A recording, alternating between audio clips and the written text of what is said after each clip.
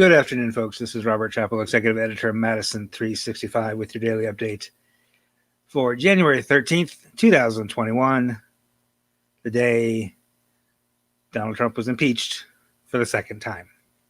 It is a historic day. This is the first time in American history that a president has been impeached twice. It is only the fourth time that a president has been impeached. It's so remarkable that of all the impeachments in American history, Donald Trump is half of them. That's kind of incredible. Just a couple notes about that. I mean, there's not a lot more to say about it other than that he was impeached. It is remarkable, not only that it was the second time, which is obviously a big thing, and an incredible thing. Like, I literally never thought I would see that happen in my lifetime. But two things are really remarkable about this particular impeachment. Number one, the speed with which it happened. The last year's impeachment, which came out of, which was a result of the president basically pressuring Ukraine to dig up dirt on Joe Biden, who he correctly perceived would be his opponent in the general election, went really fast and took several weeks. Right, there were weeks of hearings in the Judiciary Committee, and then, very long floor debate, and it was just, and then of course the trial in the Senate took another couple weeks. To have this impeachment basically done in 2 hours is wild to me. Like, it's just incredible how this happened. You basically skipped the committee hearing. You had no witnesses. You had no fact-finding, process, because the facts were all out there for all of us to see. Like, you didn't have to hear from witnesses. You didn't have to have it interpreted, because we also had it happen on TV. That what they impeached him for was incitement to insurrection, alleging that his speech in the morning of January 6th led directly to the insurrection at the Capitol, in which 5 people died. And we became very, very close to, massive tragedy in the form of the death of our elected representatives. That was a very possible thing that might have happened. And the allegation is that Trump set the stage for that, first of all, by refusing to accept the election, and therefore prodding people to question the legitimacy of the election, and then specifically telling them to go to the Capitol. That's the allegation. That was the article of impeachment. That was what was voted on. Now, also the second thing that was remarkable, besides just the speed with which it took place, was that it is also the most bipartisan impeachment in history. 10 Republicans voted yes to impeach, and I'll tell you who they were. We have Liz Cheney from Wyoming, who's she's a member of the leadership. She came out very strongly yesterday, saying that Trump needed to be impeached. That kind of, being the daughter of former Vice President Dick Cheney, Republican stalwart, obviously gave kind of a green light to a lot of folks. Representative Jamie Herrera Butler of Washington, Representative John Katko of New York, Representative Adam Kinzinger of Illinois, who was one of the first Republicans, might have been even last week that he came out and said he would vote yes. Representative Fred Upton of Michigan, Representative Dan Newhouse of Washington, Representative Peter Meyer of Michigan, Representative Anthony Gonzalez of Ohio, Representative Tom Rice of South Carolina, and Representative David Vallado of California. So that's where we are now. Now the next thing is that the articles will be transmitted to the Senate.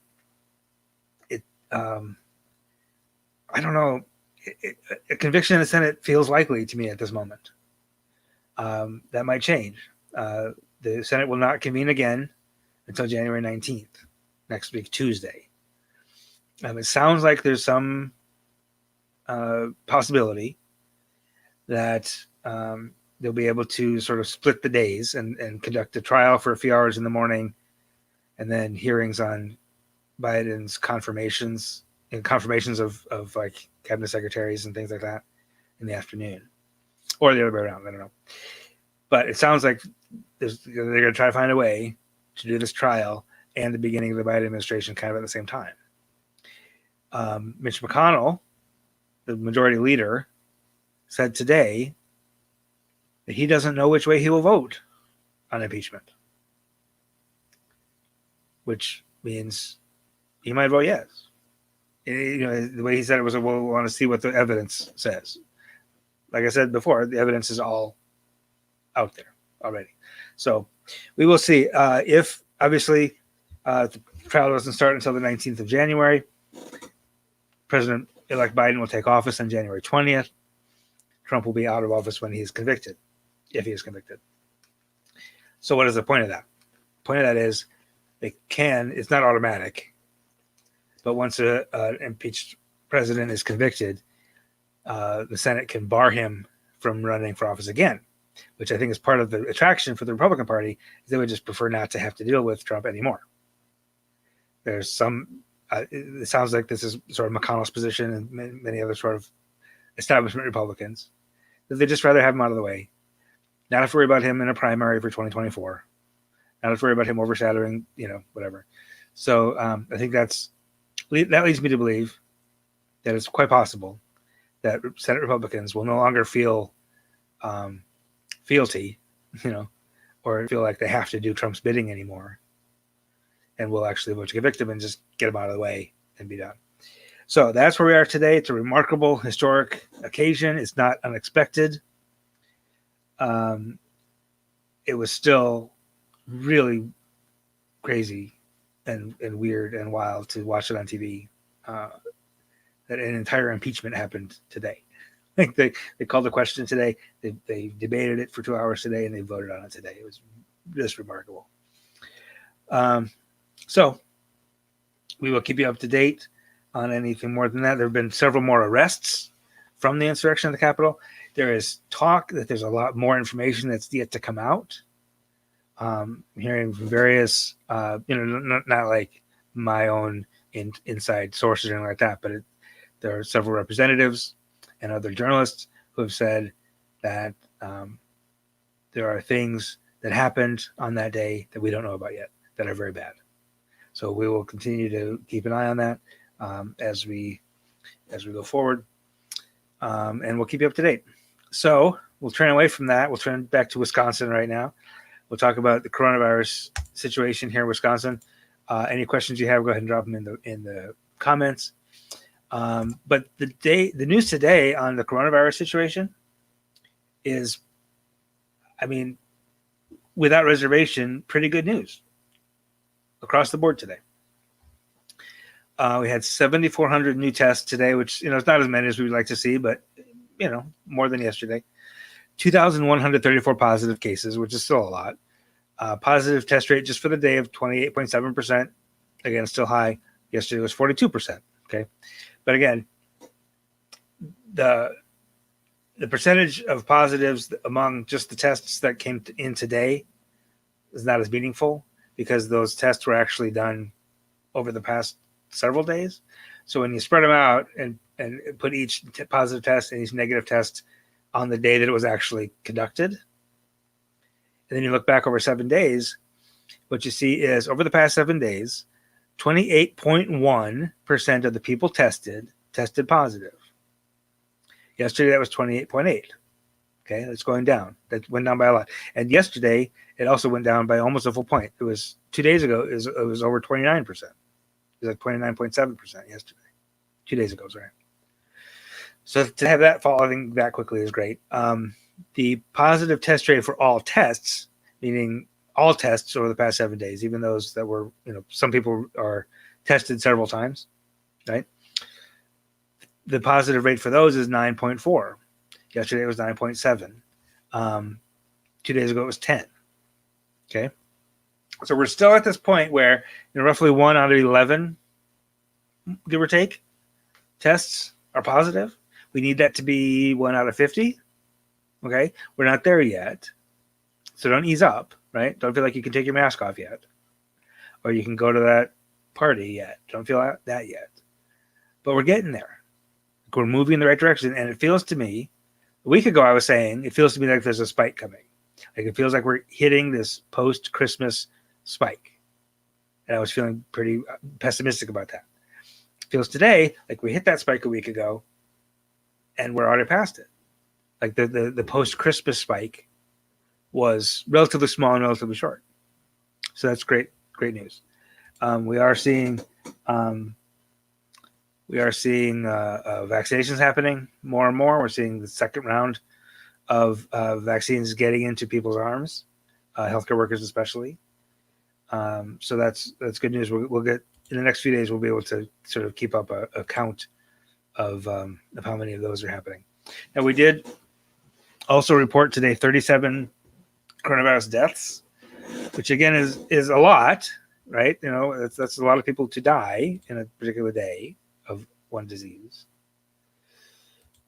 But it's lower than last week at this time. And we know that the typical pattern for the past couple of months has been a low number of deaths reported on Sundays and Mondays, and then a much higher number reported on Tuesdays and Wednesdays. That's not because people die more often on Tuesdays and Wednesdays. It's just that there's a lot of sort of paperwork that happens. The death certificates get uploaded to the state database, and then the county health departments go through all those, all those death certificates, certify them, and then report their causes into this other database, right? Then this takes time, and we know more of that paperwork happens obviously during the week when the staff are on and working on doing those things. So, what we're seeing right now, 37 deaths today, 49 yesterday. A week ago, last week on the 6th, so last week, Wednesday, there were 60 deaths compared to 37 today. Last week, Tuesday, was 95 compared to 49 yesterday. So deaths are actually going down as well. Our current 7-day average of deaths is 29.9. You know, not long ago that was 60. So, that's, it's hard to say unabashedly that 37 deaths in a day is good news. But again, the fact that it's going the right way gives me optimism. Lisa asks, how many vaccinations are out? Wonderful question. Here's what I know. And unfortunately, I don't have a really good way to put this on a chart yet in a day-to-day because the state is just now beginning to make this data available. Here's what I know. 607,650 vaccinations have been allocated, meaning that's how many we've been promised. 373,100 have been shipped, and 176,165 have been administered. So, of those, 114,261 are Pfizer, 61,902 are Moderna. Both of those are 2-dose vaccines. What I don't know, and what I want to try to get some clarity on before I start to report this more regularly, is that 176,165 people who have gotten 1 dose, or basically how many of those have gotten 2 doses? Or some of those 176,165 is some of that the second dose? They have 150,000 at 1 dose and 20,000 have gotten 2 doses. So I want to get some clarity on that so I can be real accurate. But the fact is, it's going, right? That's a lot in the past. How long have we had this? 3 weeks. That's it's not enough. Obviously, we want to do faster than that and more than that. And there's talk on the national level of like the trade association that is running that represents chain pharmacies like CVS and Walgreens and stuff. They've said that they can easily get this done if they just get the doses. So it might be that the bulk of the next sort of push of vaccines happens at like Walgreens and CVS, stuff like that. So we'll keep you up to date on that. Like I said, we will we'll try to get this going a little better. Margie's we're going to try to get more reporting done on this. I can report this more clearly to you every day, because this is going to be the main kind of piece of it. Margie asks, has Wisconsin put people 65 or older into the queue yet for the vaccine? I don't think so. My understanding is that there's this pharmacy partnership program that is specifically allocating vaccines to specific facilities, not to specific people. So we've allocated 57,000 to skilled nursing facilities and 140,000 to assisted living facilities. So those are all obviously targeted for people who live in those specific facilities, who are almost all older than 65. Most of them older than that, even most 80s and up probably. What I don't see here is any specific allocation for people who are 65 or older, like my parents who are 65 or older, but living at home and doing their thing. I'm not aware that has been opened up yet, and I'm hoping I can get a little bit more and better information. Like the information coming from DHS right now, a little spotty. Public Health Madison-Dade County has always been really good about responding to emails, answering questions. DHS, not so much. I get it. They've got more to deal with. They got more on their plate. It's a little bit harder to get back to every email, but I'm hoping to get a bit more clarity on that for you as we go forward here. And then in addition to just keeping track of the vaccination things, and here's the other thing to recognize about vaccinations. I'll finish this about vaccinations, and then we'll take a little break, and then we'll do some other news for the day. The vaccination does not only protect the person who got the shot, right? There's some thought that maybe we shouldn't even worry about trying to prioritize people.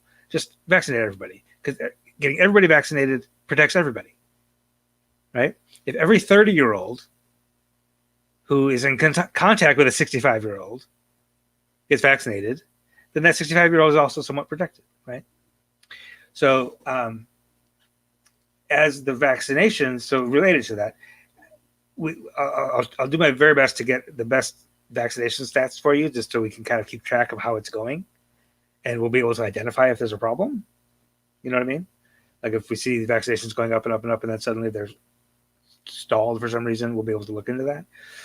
But also, you should see, as vaccinations go up, we should see the corresponding spread numbers continue to go down. Like the numbers that are going down right now should go down even faster, right? As vaccinations ramp up. Now, again, we have 5.8 million people in Wisconsin.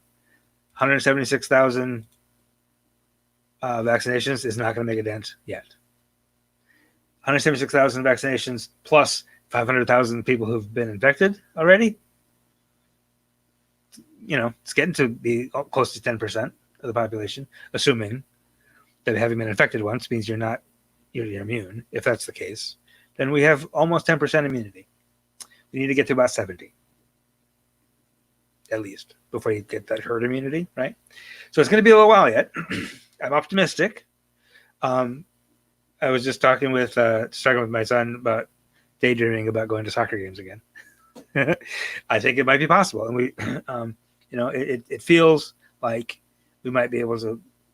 There might be some limited capacity at like Mallard's games or Fort Madison games or Milwaukee Brewers games even, but it feels to me like it's starting to feel to me like it's possible in the summertime.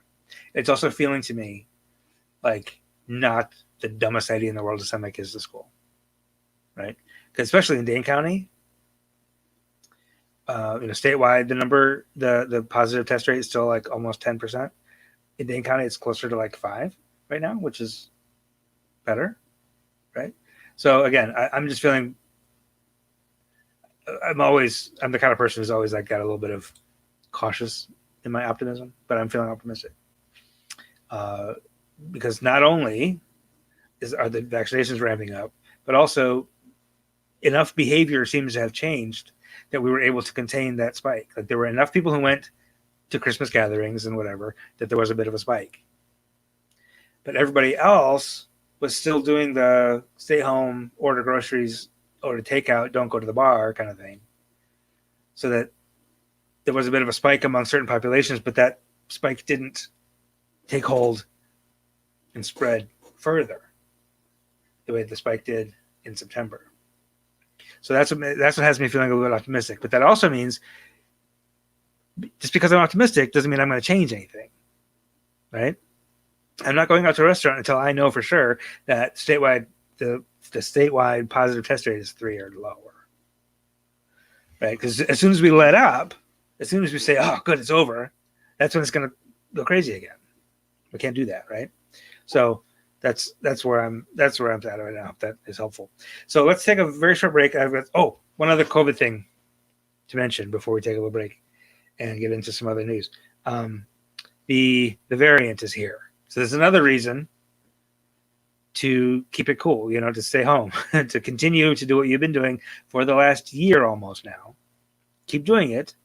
Because that UK variant, the B117 variant, has been confirmed in Wisconsin. DHS and its laboratory partners announced this morning that it had been confirmed in Wisconsin through genomic testing. They did not say where in Wisconsin. I think they sort of assumed that once it's in Wisconsin, it's going to be kind of widespread in Wisconsin. Because it does not seem to be more dangerous. It's not going to make you more sick, but it's not going to make you more likely to die, but it is more contagious, right? So if it has the same like 1% fatality rate that the original strain does, it's going to be 1% of a higher number, right? So it will be more dangerous to the population, even if it's not more dangerous to you as an individual. Does that make sense? So that's another reason. That's the reason that the UK is like locked down tight as a drum right now. If we want to avoid that tight lockdown, we need to continue to basically do this voluntary lockdown thing that we're doing because it is more virulent and more contagious, right? Okay, so that's enough COVID for today. I'm going to take a short pause and come back. We got some, not so much news, but a few like opinion-y things to talk about. We'll be back right after this.